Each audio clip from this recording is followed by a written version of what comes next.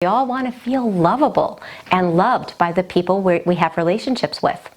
But narcissists don't love people the way we expect love to be. Narcissists view people as things that serve them. They kind of view their significant other the same way I view my phone. I love my phone in the sense that I take it everywhere I go, right? And it helps me with a lot of stuff, and I appreciate its existence because of what it does for me. But the second my phone breaks, I mean, it's purely conditional, you know? My love with my phone is conditional love. Once it breaks, I'm going to wind up getting another one, and it's not going to hurt me or bother me to do that.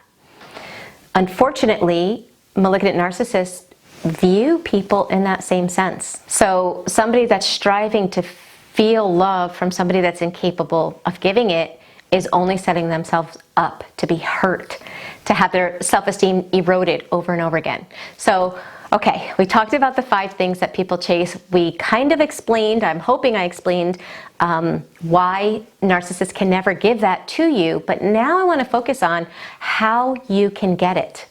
Okay, and it may not be from the source that you're hoping, but you can get it and it will change your life. I used to hear years ago about, you know, your external world is always a reflection of how you feel about yourself. It's always a reflection of your beliefs. And years ago, I didn't really give it a lot of thought. I didn't believe it or not believe it. It was just like something I would hear.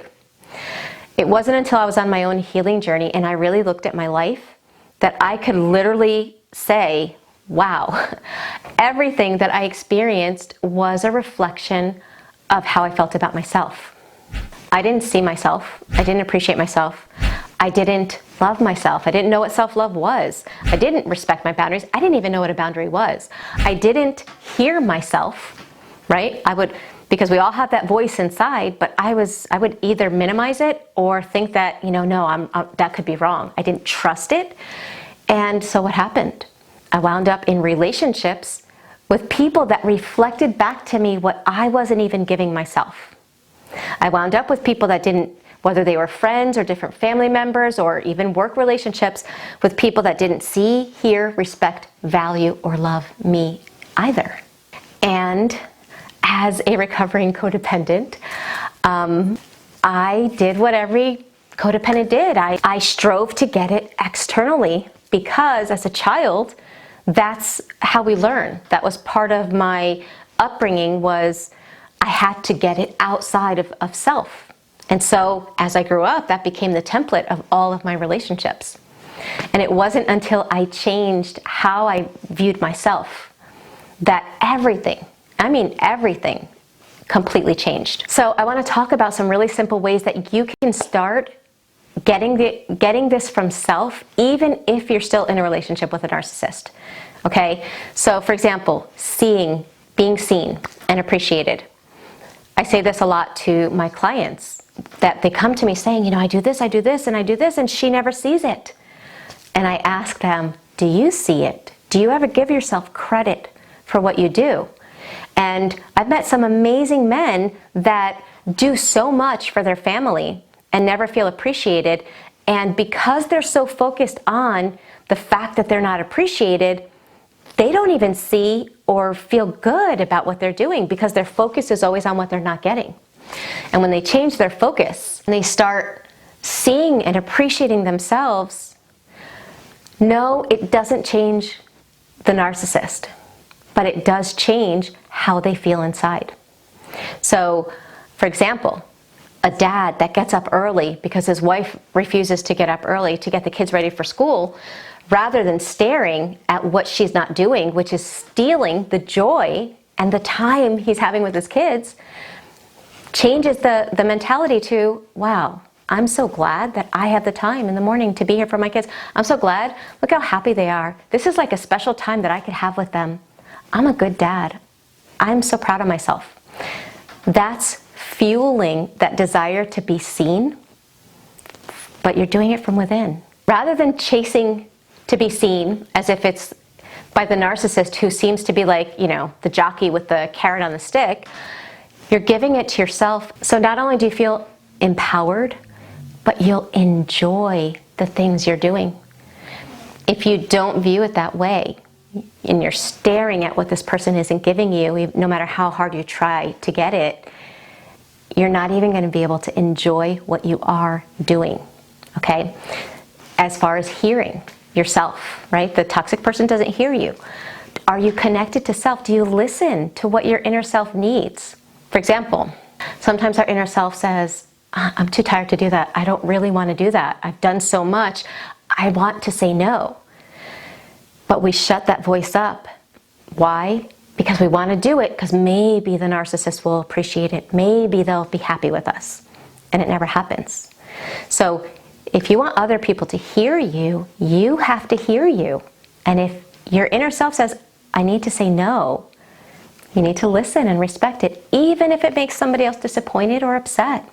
People are allowed to be disappointed and upset in life, but you need to honor yourself when it comes to valuing yourself as well. How you see you, starting to notice the things about you that you wish the narcissist noticed about you. You start valuing them. Whenever I talk about this, I always think of when I'm out to eat, right? And my husband does this to me all the time.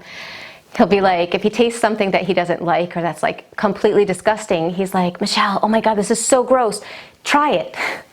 And I'm always like, no thanks. You know, I have no desire to try that. I'll take your word for it. My daughter does it to me all the time too. It's nasty. Try it. And I always say no. Well, when it comes to self-value, in a way, we're almost like, I don't have value. I don't like myself. Will you like me? Will you try me? Will you like me? And that energy just attracts narcissists. Okay, like attracts like. That's coming from a shame-based identity. And guess what? Narcissists have a shame-based identity, and it's like a magnetic attraction.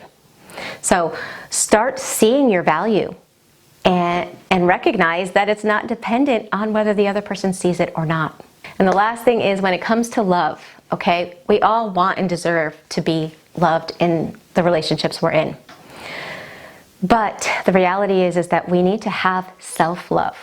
I bet if I asked you to give me a list of everything you do to try to prove to the narcissist that you love them and that you give to the relationship because it's important to you, I bet you could come up with a ton of things that you do that go unnoticed by the other person. And if I asked you, okay, make me a list of everything you do for yourself that shows you that you value you, that you love you, I bet it's like hitting a dead end and just a blank, screen goes across your mind. And it's because when you're so externally focused, you don't even realize how little you do for yourself.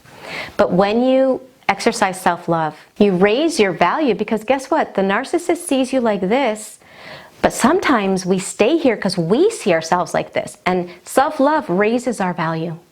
And it helps us to feel enough. It helps us to feel just as good as the next person. It helps us to feel that we're allowed to take up space just like the next person. We're allowed to be ourselves, just like anyone else is allowed to be themselves. And you start allowing yourself to do that by giving yourself the self-love that you need. So I hope that made sense. Again, please remember that if you're watching video after video and you're not feeling like you're able to shift in your life, please check out the links in my description box. I have video courses. I also have online group workshops and face-to-face coaching, as well as other resources that are all designed to help you to deepen your healing journey. They're always in the description box below.